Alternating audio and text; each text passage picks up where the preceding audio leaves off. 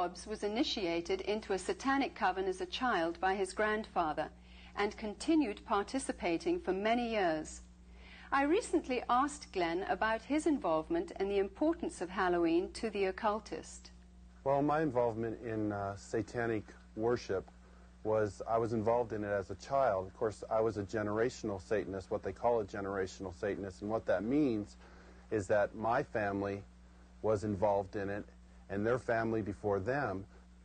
Now, my earliest rememberings of Halloween and some of the things that were involved was, it was a very dark time for me as a child.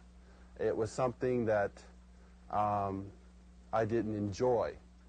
Glenn, could you tell us about your involvement in any rituals at Halloween as a child? There was another little girl that was involved in the occult with me, and her name was Becky. Now, Becky was a different type of child. She was blessed to be a sacrifice. I was being blessed to be a high priest, where she was being blessed and born into the coven there to be a sacrifice. Now, we were in a ritual where we were married together.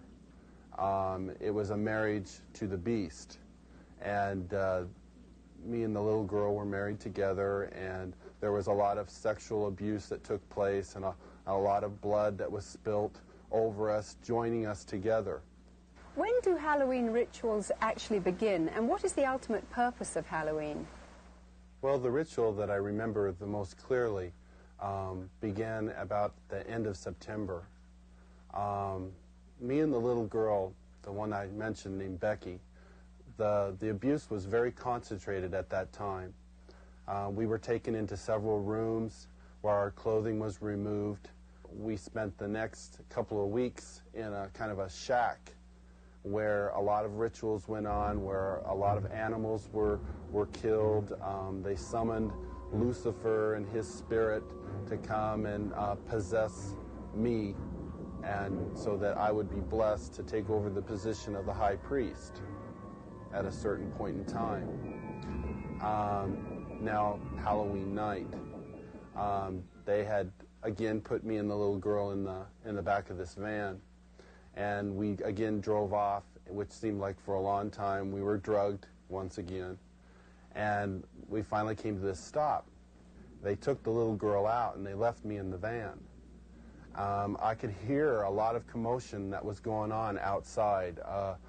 People that were screaming and yelling, and this low murmuring and moaning noise that was going on, like some kind of a low chanting noise that was going on. So I knew in my mind there was some type of a ritual going on, because I'd heard that many times before. You know, it was real common to see people fall on the ground and convulse and go into convulsions during rituals and stuff with the demonic presence that were around.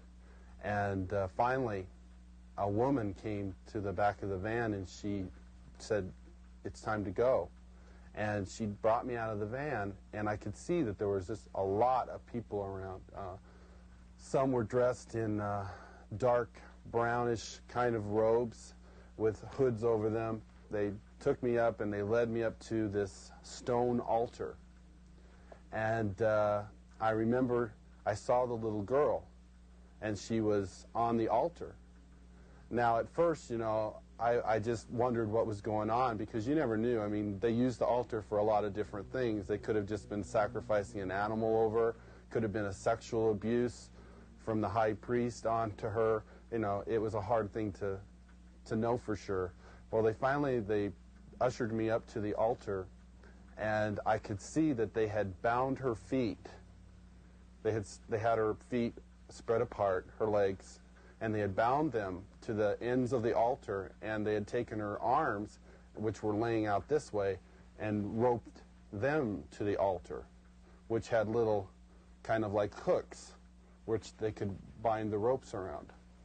And she was really white.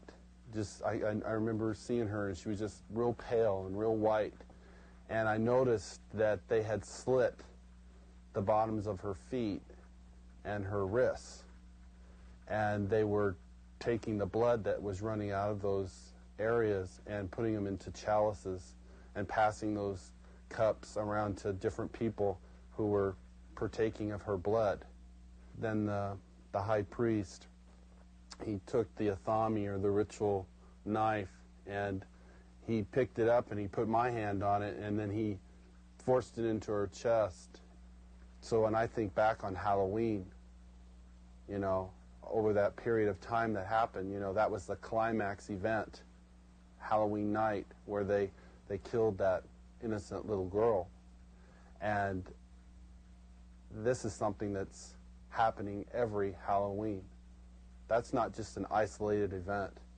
I mean, there are children all over the world who are losing their lives during Halloween night, and yet we, as a society, we go out and celebrate it, and we go door to door and we ask for candy, and it's a big celebration to us.